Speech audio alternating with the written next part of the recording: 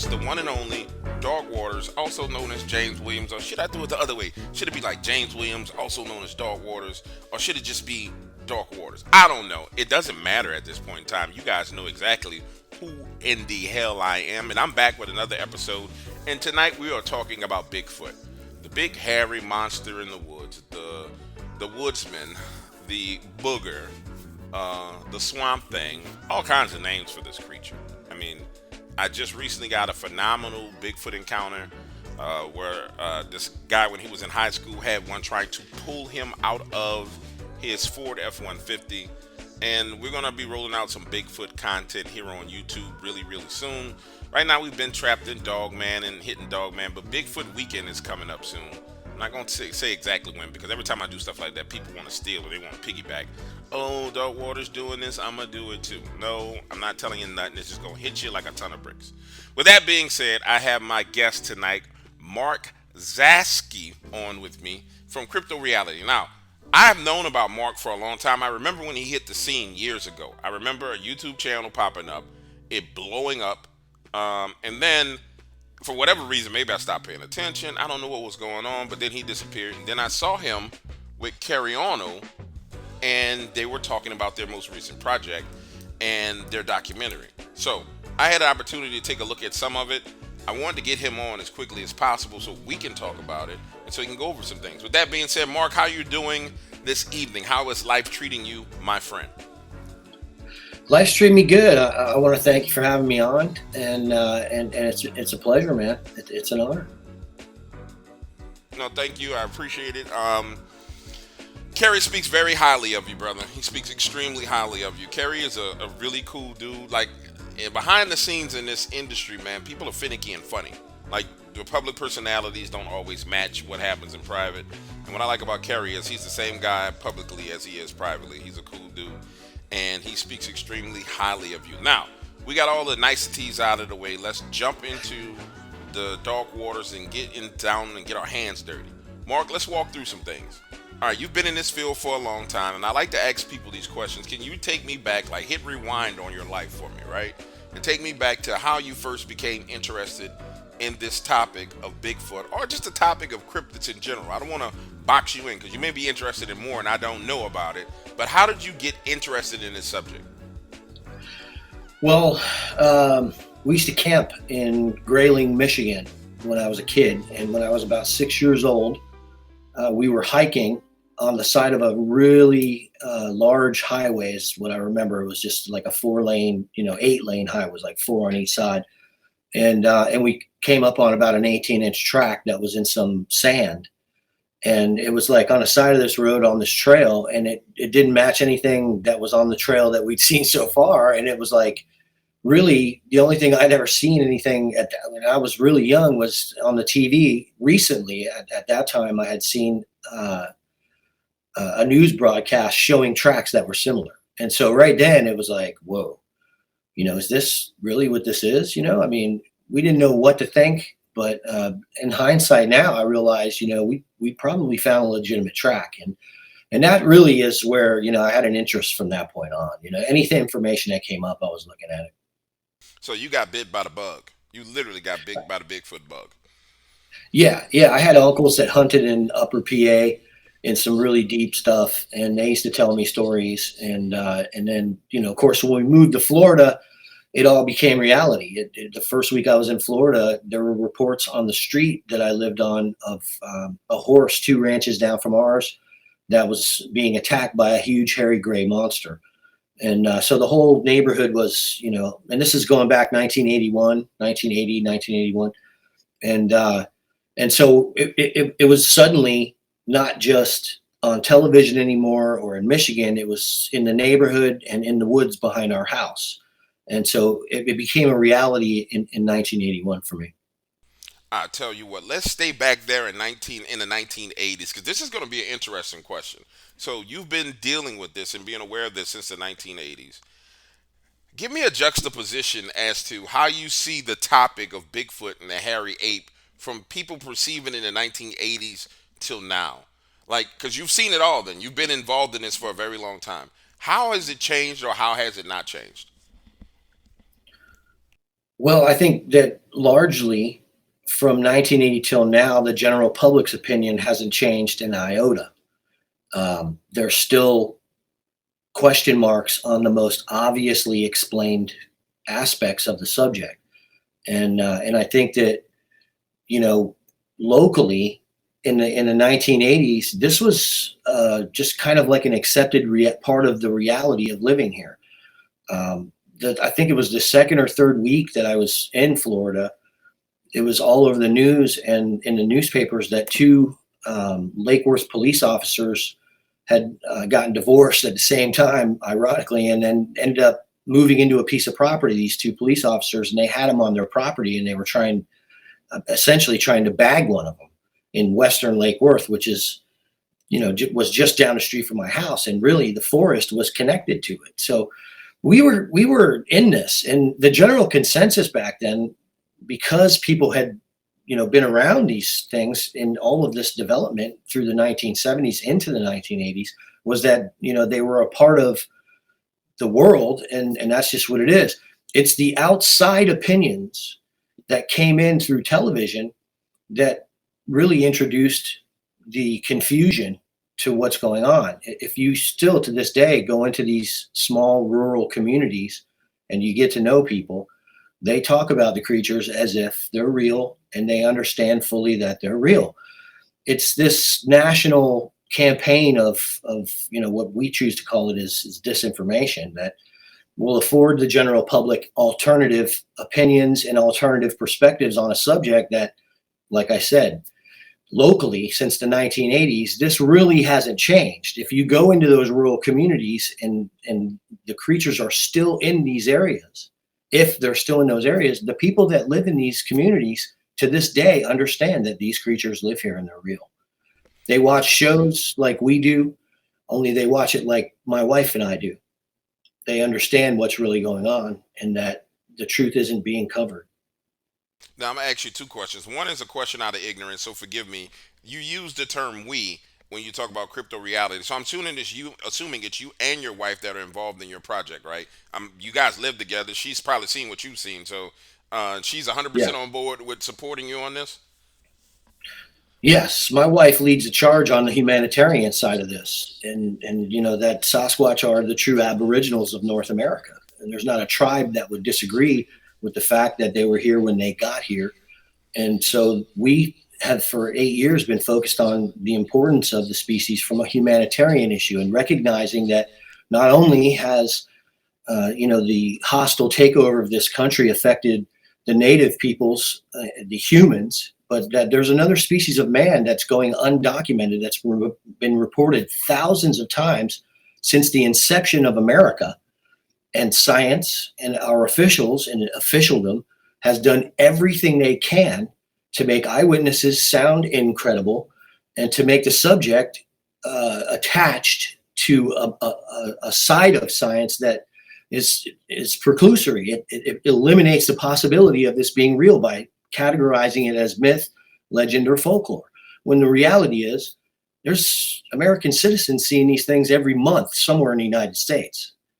And so we focused on aspects of this that are so blatantly obvious that the species is real and what it ultimately represents. And I think that in doing that, she's really started to gain some ground with support for this, and so that's where she's at in it. She sees, and from week one, she's seen. We were almost attacked the first week in 2015 when we started this study. Well, big shout out to the wifey for holding you down and being in the game. I just wanted to know that. When I heard "we," I figured that's what it was. Let me interject and say this. I'm gonna circle back to the point you made about like disinformation. So, Mark, I started doing these short videos, right, and just posting like 15, 20 short videos a day, just to see how the YouTube algorithm would react. And something very profound came out of that.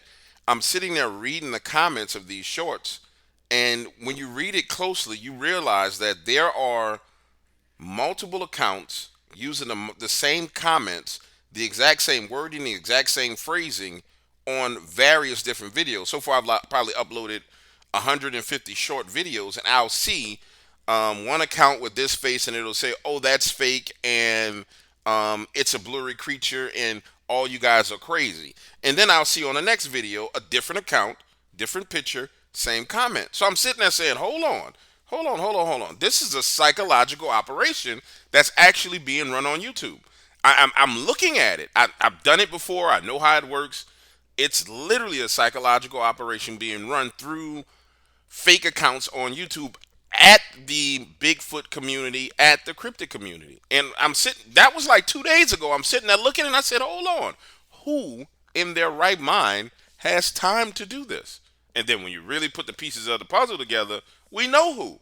And bro, when I tell you it's blatantly obvious, if you look, it makes absolutely no sense that they say the same thing. It's almost like somebody programmed this comment and sent it through these bots, and then wham, it just goes out on every video. Now you can go to another person's channel who does Bigfoot shorts, and you got to realize the shorts are where all the views are at on YouTube right now.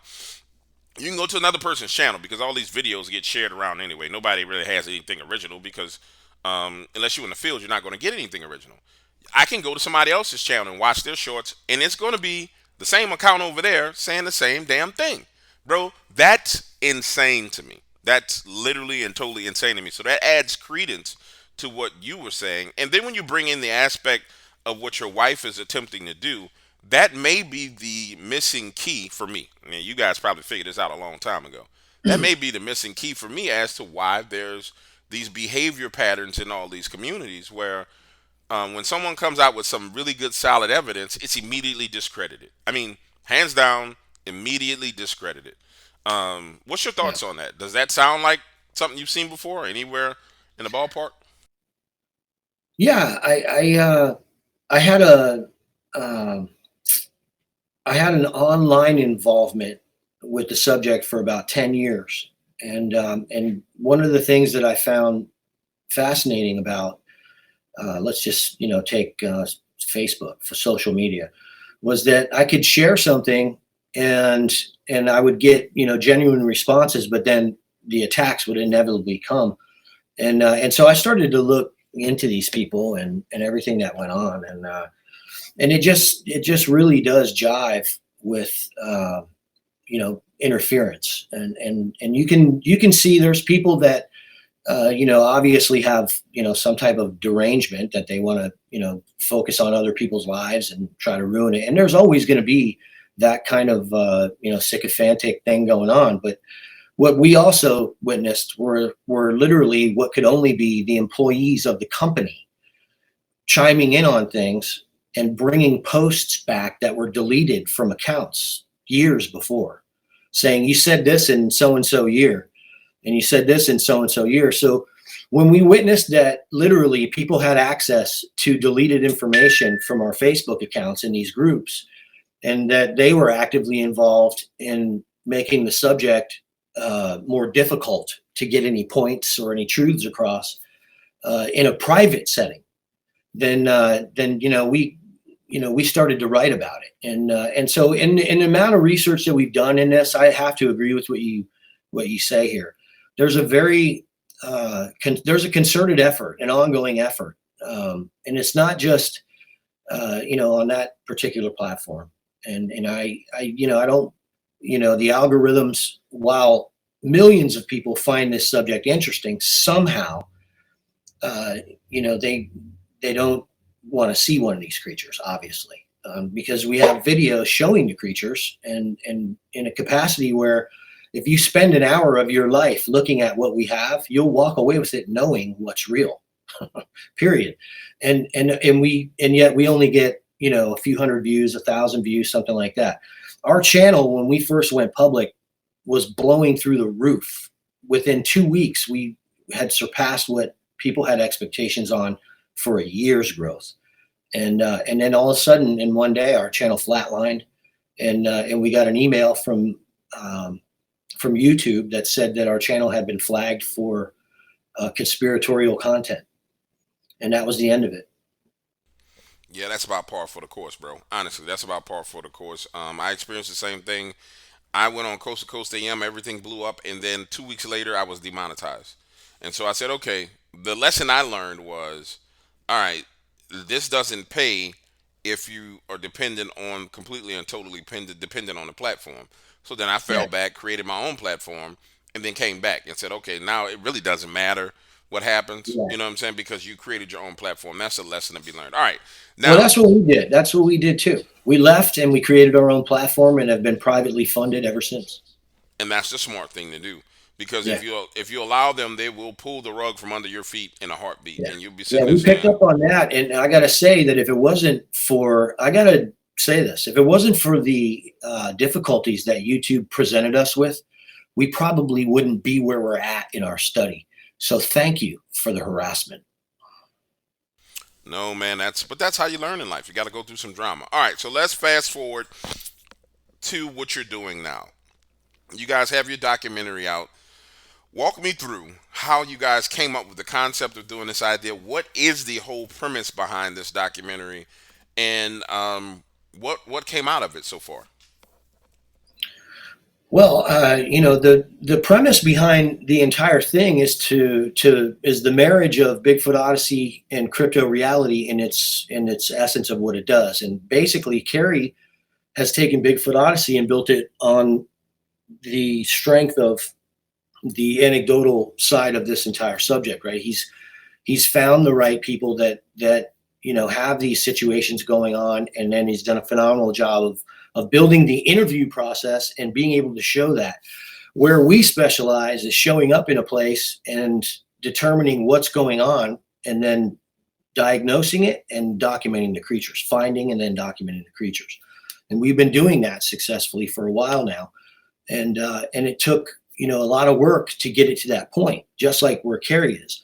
So when we started to talk about this, it was really something that early on probably would have happened were it not for the fears of some of the people that we initially encountered that we're talking about.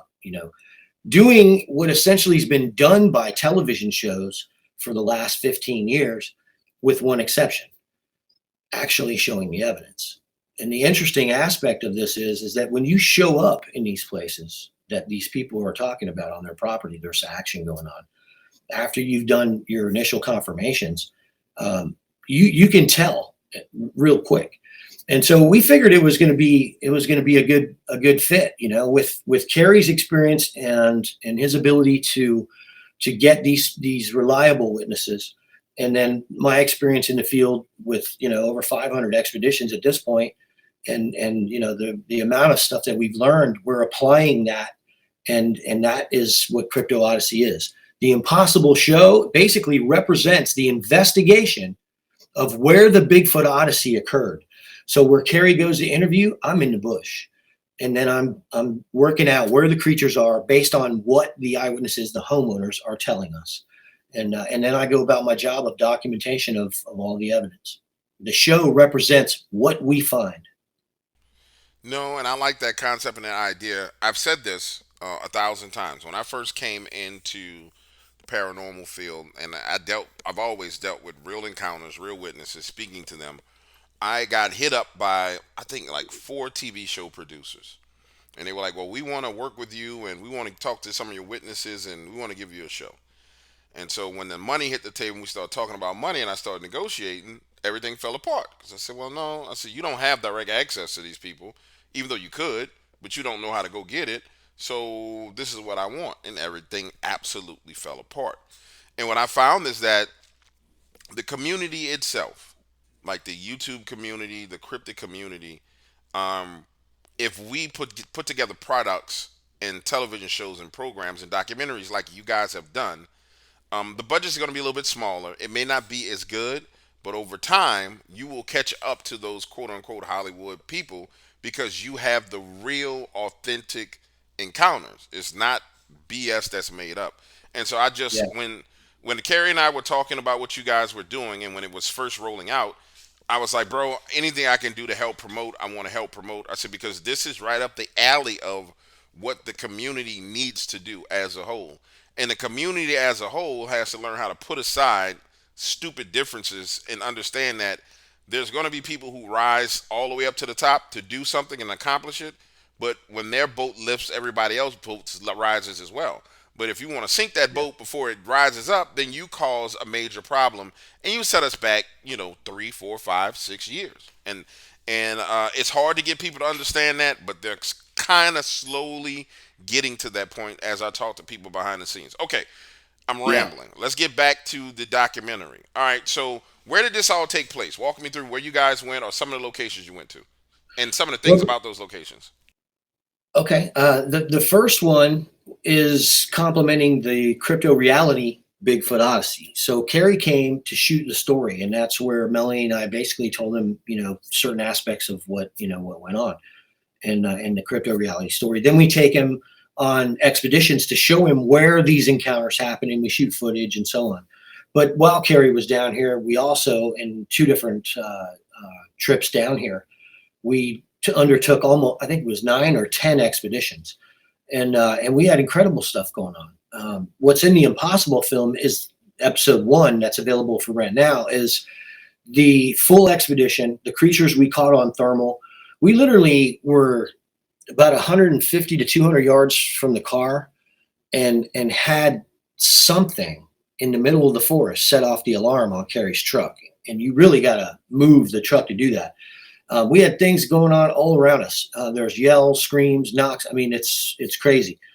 So you can see all of that, and as well as the creatures that we documented. Carrie managed to capture a few things on film.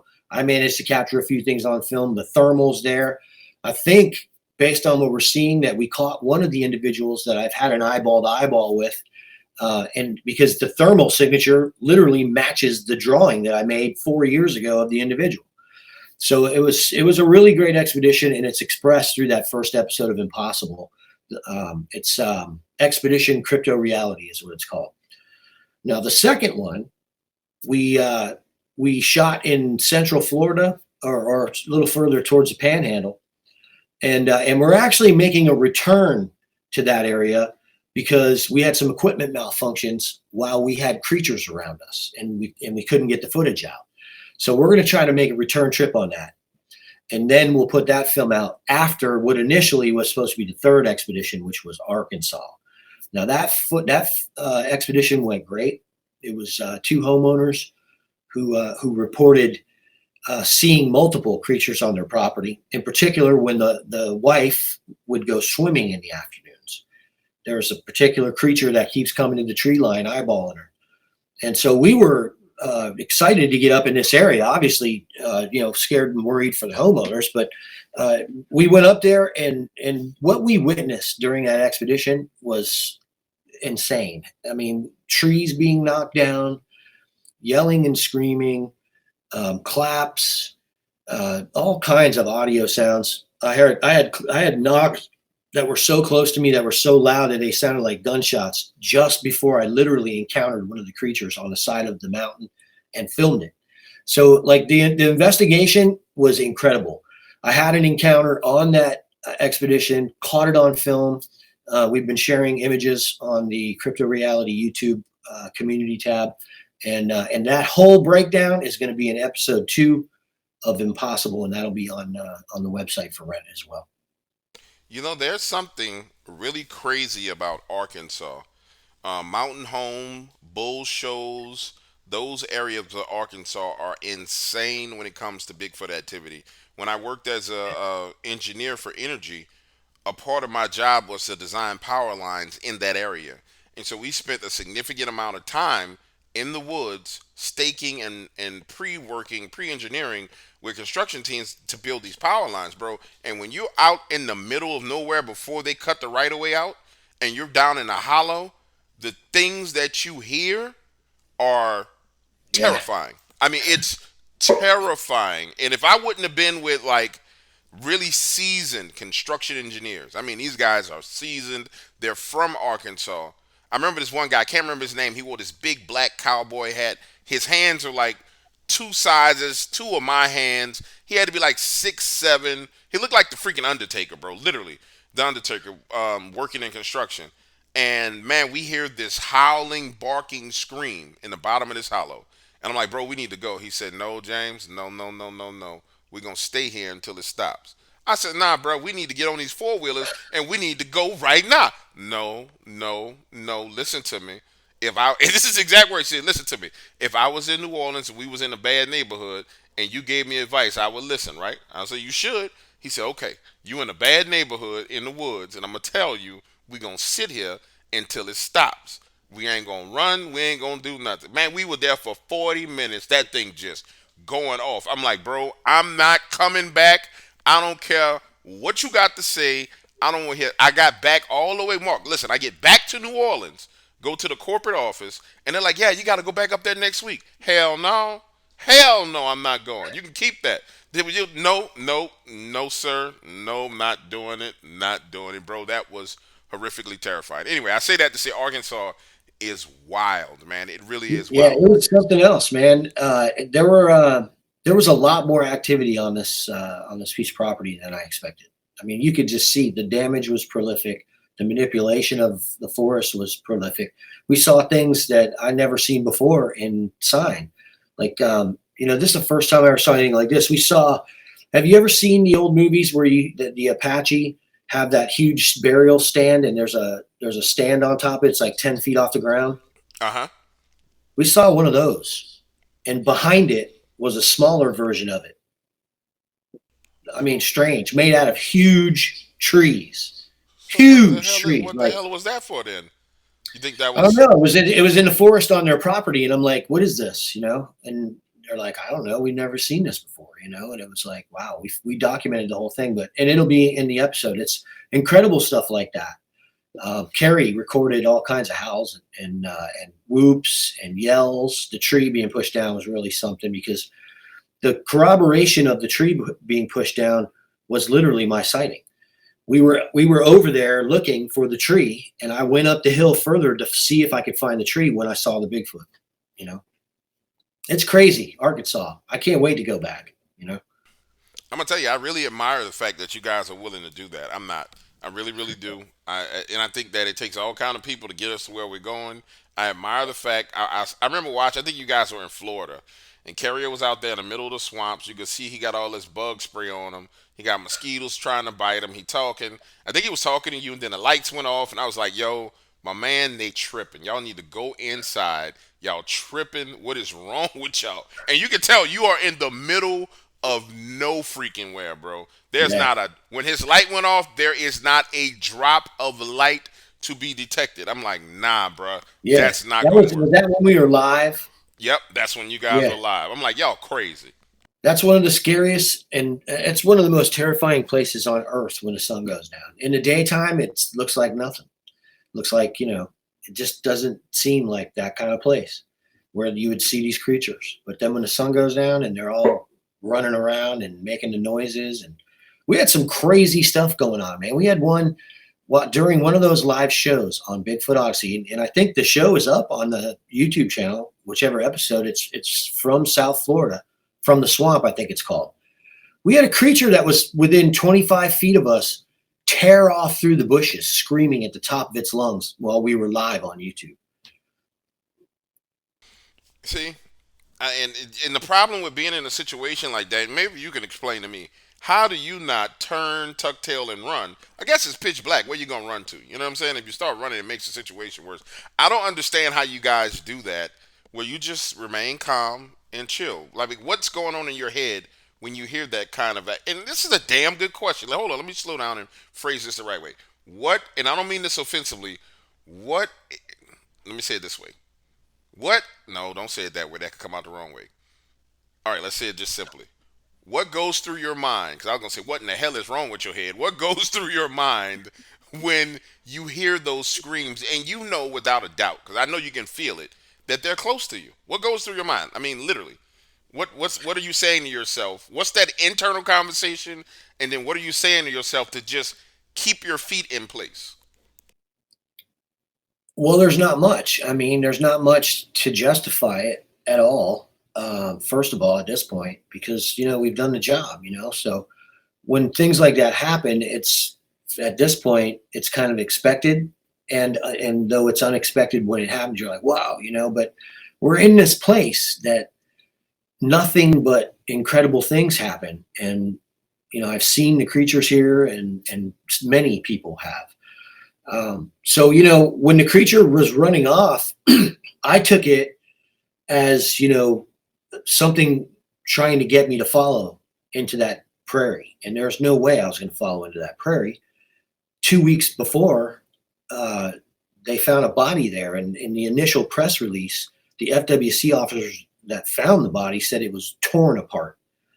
And it was in the prairie that this creature was running into and running around in. So we were within probably 1,000 yards of where they found the body in the exact prairie that we were filming into. And so when he took off screaming, I was like, hey, no way, I'm following him. I'm not going to go in there. And the body was what I kept thinking. I kept thinking, okay, they've already found somebody here, and they've been either torn to pieces like the FWC said, or cut to pieces like the newspaper said. I just know that, with the history of the place, it is extremely difficult to stand still. It's extremely difficult. And you won't. There's no way you can. When stuff starts happening, you're moving, you're running, you're doing whatever you can. But, like, you had described earlier, once you're in this area, you're 3.5 miles in. So where are you running to? More woods? So there's really only one thing you can do, and that's get in the vehicle and leave promptly. And if we do that, we don't get what we need to move the needle forward. So it's a question of, weighing situations in real time to, try to get at least a little bit of a handle on safety issues. And then, it really is a react situation. And so you never know, in those situations, I have run and had several people with me running. I have been in those situations where we stood our ground, and, we're still here to talk about it. Man, I'm gonna tell you, one smooth operator. I'm gonna circle back to something you said, because you said it so nonchalantly that to the audience listening, y'all might have missed what Mark actually said, because he said it so smooth. Like, the way he talks is so smooth, so direct. Y'all didn't hear what he said. They're going to investigate a place where a man was torn to shreds. And so he was out there in the night in the dark in the same area where a man was torn to shreds. Y'all missed that. I didn't miss it. Maybe some of y'all missed it. Maybe some of y'all heard it. But that's a whole nother level. With that in the back of your mind, as you're out there, and you just explained how you used it. You understood that, okay, it wants me to follow it, so it can basically probably tear me into shreds. But you see, this is what I respect about real researchers, like truly real researchers. Like, there's a lot of people who are, well, I call them Facebook researchers and armchair researchers, right? They never go out into the woods. Then there's people who go out into the woods and they'll do some research, and it's what's convenient for them. Then there's people like you guys who go into places that just 1+1 doesn't equal 2. You shouldn't go. You guys are 1+1 = 5, and you still go, and then you hold your nuts while you're out there and do it anyway. I just want you to know I admire that. That's crazy and insane to me. Well, it's funny because I grew up on the streets in a real rough neighborhood, and I can recognize a hustle when I see it. And it's just a hustle any way you slice it. He's trying to lead you. You know how that goes. Right. And I wasn't going for it. And, they do that a lot. And that's something that we have to deal with. And the fact that it was fresh, that it was only 2 weeks from when the body was found, when Carrie arrived and we were in there, it was fresh on both of our minds. Bro, y'all, wow. Okay, so let's walk through some of the. You've been in the field. Let me throw some of the things at you, and you bounce them back off of me. These are things that I've gotten from the witnesses, and tell me if these things make sense. This is learning for me from an expert field researcher. So I've had a number of witnesses describe the process of being herded and moved from one location to the other, being surrounded, and it's a gradual, slow moving you back. 10 yards, 20 yards at a time, and then they'll leave you alone, and then 10 yards. When you try and change direction, know there's something there scaring you, and they realize over time that no, I'm being herded in a direction, and the only way they deal with it is they have to man up and say, you know what, I'm gonna have to go straight past you to get back to my truck. Have you experienced that? Does that sound about right? Yeah, those are situations that my wife and I have endured for about 8 years, man. And when you're in those situations, like me, I have a tendency to say no. That's not what we're doing, and I stick to the exit plan. and we've had to walk past individuals, and I always say the same thing: just keep your eyes on the floor and walk straight down the trail and get past them.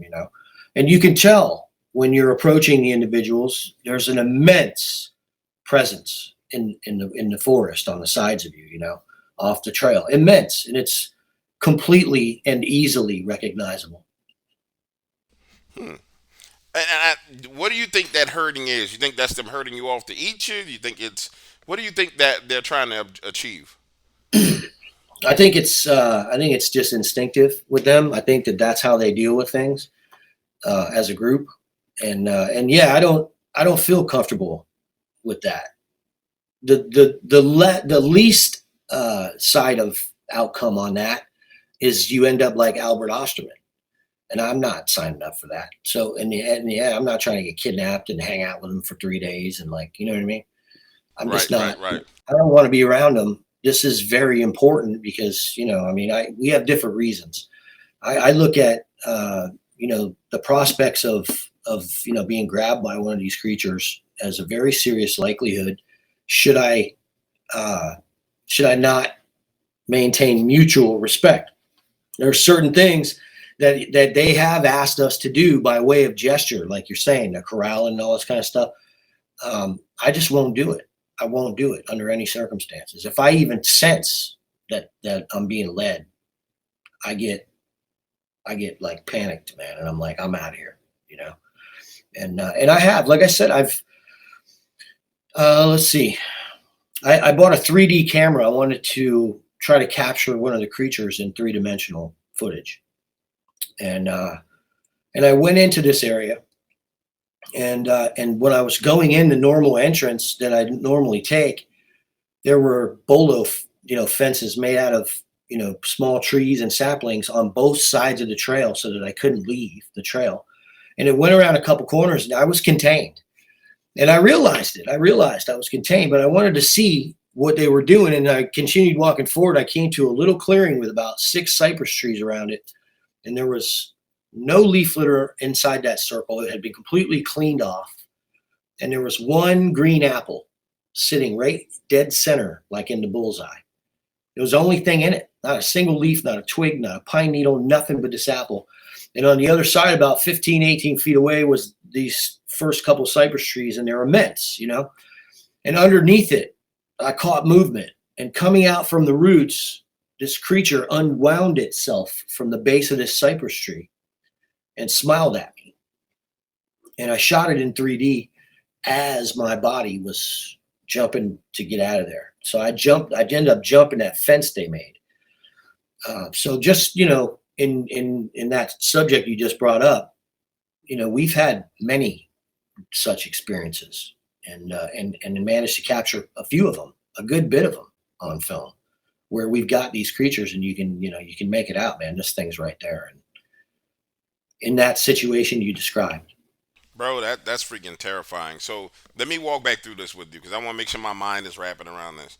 This is a trail that humans use. This is not like a animal trail. This is a trail walking trail, or was it normally an animal trail where just a beaten path for animals, or was it something that you had been No, on no, before? it's something we call the runway, and the runway leads you into this particular creek bed, which is their haunt. But at the end of the runway, there's a trail that goes into the creek. They had that trail completely engineered so that you could not leave it, and they turned it a different way and brought it through some different areas, and then it opened up into this other area. So they literally, from what we've seen, on this is not the only occasion, many occasions, will manipulate the environment, as you were discussing earlier, to manipulate the path that the game takes, we believe, so that they can ambush easier.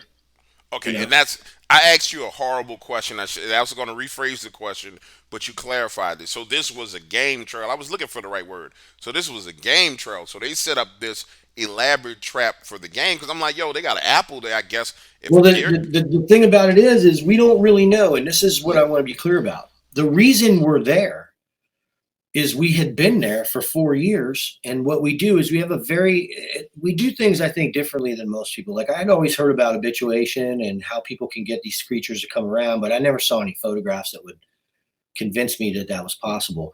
It is possible. We don't have a private property though. You know what I mean? So in the end, we had to find the creatures and interact with these creatures in the wilderness, in areas that are wild and not private. But we found out that they really like apples, and they will come to the same spot to get them, and that's how we get our data. We have been interacting with a few different groups in 3 or 4 different places for about 8 years now, and we use essentially Pavlovian style stimulus introduction to get them to come to the areas that we can photograph them, and we've been trying to do that and get better and better footage as we go along. So when I went in there and saw that apple, first thing I thought was, this is for a hog. This is a trap. I've been funneled in here, and this is a game trap. And then that was when the creature, came from underneath the tree, and I caught it as I was going on film. When I got home, I was offered a different possibility. Melanie said, "What if they were trying to give you an apple back? You've only brought them 1,000 pounds in the last, 3 years or something." And she's like, "What if?" And you said it was smiling, and it was. It wasn't an angry thing. This thing was smiling. Period. And so here we are again with the same question. We have more data this time, but are they going to get me, or did they want to interact? Is the question, and so we're trying to recreate that moment and see if we can again. That is a tough question to answer, because the only way you get to the bottom of that is if you stay your behind right there next to that apple, and that is such a tall ask of anyone, bro. And the way you describe it, so it was it under the leaf litter, hiding in the leaf litter next to the roots of the trees, or it was just like in a No. hollowed oak? Describe that one more time. Well, you got the cypress that comes down like this, but all this underneath it around the base is all hollow. Right, And right. they'll break 1 or 2 of these off and make an entrance and then go in underneath it. And this particular tree had 3 or 4 of them broke off. And there was a huge, and we're talking about 100-foot tree, man. I mean, this is a big cypress tree. So it's 7.5 feet around, 8 feet around. At the base, 10 feet, So you can, he obviously broke off a few of those big roots, the supporting roots, and he was under there because I saw that whole thing's back move, and it was wrapped around the base of the cypress tree, like almost like it was laying in the fetal position, hugging the tree, resting. And when I walked in, I was very quiet. I was by myself. That was one of the reasons I ran. Was when I saw the creature, it was only 15, 18 feet from me, and I was by myself, and it was broad daylight, and here was this apple, and I'm like, I got to go now. I mean, it was really a question of like, can I stop my body from doing what it's doing? And I couldn't at that point. It just wanted to go. So I went, I took off. But it was absolutely using the base of that cypress tree to hide, man. It was in there, So that's what I saw. Would you say, now we're going to do something for entertainment value? What would you say was your worst, most horrific experience that you had? Was that it, or have you experienced something worse than that? I mean, scary, terrifying No, experience. we've been in really bad situations where through, accident, we actually walked down into an area that, there was one of them in there, and it was shocking what happened because it allowed us to get right up on it. It was laying on the ground in some deadfall, and I'm talking about big dead trees piled up. First of all, hindsight, there was no explanation for how those trees got piled up the way they did. But at the time, I was a beginner, and I didn't really notice that the deadfall was orchestrated. It took 2 years after that before I even really looked at the deadfall and saw that, well, wait a minute. This is exactly the way it was. You know what I mean? So he was in there, and he growled 3 times at us. But the very first thing he did, and otherwise I would have thought it was a wild animal, except the first time he made any sound, he sounded like you just woke up your dad on a Sunday and he was hungover. He was Right, like he was pissed. oh, he went, oh, like, and I heard that and I thought, okay, there's a homeless person. And then this animal started growling at us, and it was going through us, man. And we were probably no more than 6 feet away. At times, it seemed like it was even closer. But it was pitch black, 4:30, 5 o'clock in the morning. Melanie had a different response. Me, I went into fight or flight, and I wanted to leave. Melanie froze and seemed to be almost paralyzed, staring at where the sound was coming from with the perplexed look on her face. And it happened two more times. And I literally, for safety's sake, I had to jack her up out of there because she wouldn't move. So I like literally Lawrence Taylored her and just got her up the hill and got us out of there. And it was like, 45 minutes later, we came back across that exact point in the trail where we went down in there. And there were 3 giant rocks stacked out front. And he had, whoever it was, had taken the leaf spring off a burned out car that's out in those woods, off the bottom of it, and and it was sticking in the hole where the rocks came from, which I thought was really interesting because I was like, man, do these things, I mean, this thing has like a leaf spring. I was thinking, what if it chopped at you with that thing? You know what I mean? Because it's steel, and it looked rusty and it was huge, but it left 3 big rocks out in front. And when we walked up to it, man, my heart sank, man. I was like, oh boy. It was like, this is my address. Get away is the way I took it. Making it very clear. Look, I live here. You need to go on about your business. All right, Yeah, we that's the almost. way. Go ahead. I'm sorry. Well, that's the way I took it. Yeah. Now, this is my last question for you before we wrap this up.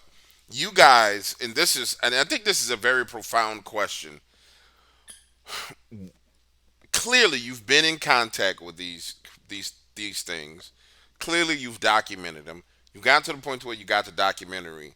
How far do you see yourself going, Mark? Because like you guys, anybody listening to you right now can tell there's not a lie coming out of your mouth. You know what you know. Your wife clearly knows. You and Kerry have a documentary with evidence. How far do you see you guys taking this, and when do you stop?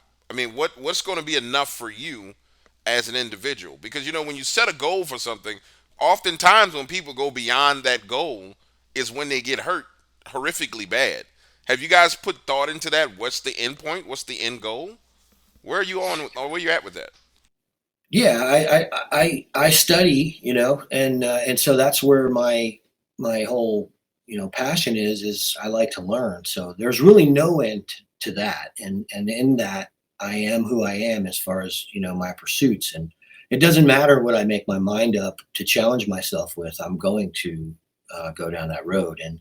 And so I look at, what we're doing here as, I've, already explained, the humanitarian side of this is really important, but there are other sides of this that serve corporatism in the United States that really need to be looked at. And so I look at, the future as, what are we trying to do right now? I think until we really learn how to study these creatures from a definitive angle to where we've solved a couple of the equations that we're currently dealing with, and then I won't be satisfied. I need to reach the point where we're actively studying the creatures and we can watch the creatures. And so that's my goal, to get to that plateau. As far as where am I trying to take it? Like I said, I look at the future as like, I would really like to see official acknowledgement in the United States at the detriment of the companies that have been making money off of this for decades, and there are several. And when you look at what America ultimately represents and what it has represented from its inception, this has been about natural resources, man. The whole world fled here. And for us to think that, the largest corporations on the planet that are into natural resources haven't been here the whole time, we would be remiss. And so I want to take the fight to them if necessary. And looking at, how television programming is continuing to enable the denial of the acknowledgement of this species. There's so many sides to this that, activism in these subjects and in these avenues within the subject could really help to change. So I look at it like, man, we have a lot of work to do. I'll give you a piece of advice from someone who's set with congressmen and senators, and the only way you're going to make that change is you're going to have to take some of those guys and you're going to have to bring them out into the woods, and you're going to have to put them in a situation where they're going to experience and encounter it. Unfortunately, with men of power, you can talk to them until your face turns blue. Sometimes you have to literally pull them out of, and I've done this some before, pull them out of their environment. Say, okay, you don't realize how bad it is, and I'm talking about this neighborhood. Come on, we're gonna take a ride. We're gonna go to dinner. Take them to dinner, limousine, everything. Have broad in there, got them getting drinking. Then we just pull up in the project and get out. And I start speaking to people. Man, where are we? What's going on? No, no, no. I need you to see what's going on. Come take a walk with me. And I say, you're going to get Yeah. all the street credibility there is, but take a walk. And he like, man, they got crack. Yes, that's a crackhead over there. So you're literally going to have to Yeah. grab you one of them and bring him out there. Now, there's that guy in Oklahoma. I think he was doing his thing as a kind of as a publicity stunt, but I've already reached out to him and spoke with him. And he said he would go out into the field with somebody. So next time I talk to him, I'm going to try and plug you two guys up just for shits and giggles so you can scare the pants off of him, because I think that'll be funny, man. I think that'll be Hey, real, real funny. yeah, man. I agree with you on that. I think nothing serves the understanding like the experience itself, and I've seen it firsthand many times with people who have connected with us and eventually got to go in the field with us and see what it is exactly that we are experiencing. So All right, Mark, we're running out of time here. Let's do this. Walk everybody through how they get in contact with you, the cost of this documentary, when the next phase of it's rolling out, where they need to go to watch it. By the way, tell your wife I say hello, Melanie. And she's in my book. I will. She's a cryptid OG, for she's out there in them streets for real with Bigfoot and probably other things. Walk them through everything so they'll know where to go. No problem. Our research site is on Patreon with Crypto Reality. So that's Crypto Reality Patreon. So you would go to the Patreon site and it's Reality One. So Patreon Reality One will take you to the Crypto Reality Bigfoot research site. It's $1.99 a month, and you directly support the research that we share with you on that site. We also have a YouTube channel. That's Crypto Reality YouTube. I think there's cryptocurrencies trying to chime in on that name or whatever, but at this point, you'll know which one's which. We have the bright sun. It's that bright sun on our logo. You're always going to see that. And then we have Crypto Odyssey, and that's the new project. Now, the new project, we have a new website. It's cryptoodyssey.elementor.cloud.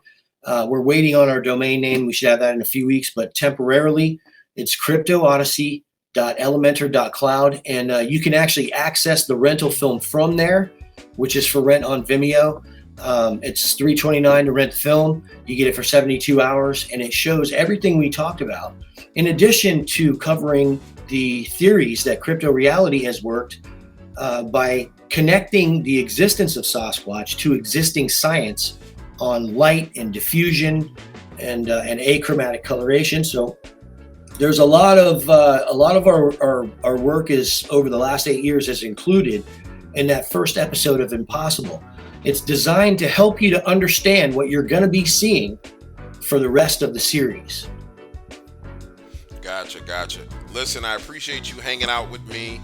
Like I tell Kerry all the time, this field is a field where unfortunately people don't communicate the way they need to. And when it comes to me, it takes a little bit of courage to come hang out with me, because I can be a bit of a lightning rod. So I appreciate you trusting me and coming hanging out and spend some time with me, man. Again, tell your wife I said hello, and I appreciate you, man. Have a good evening. I will. You too. All right, brother. Thank you. Take it easy.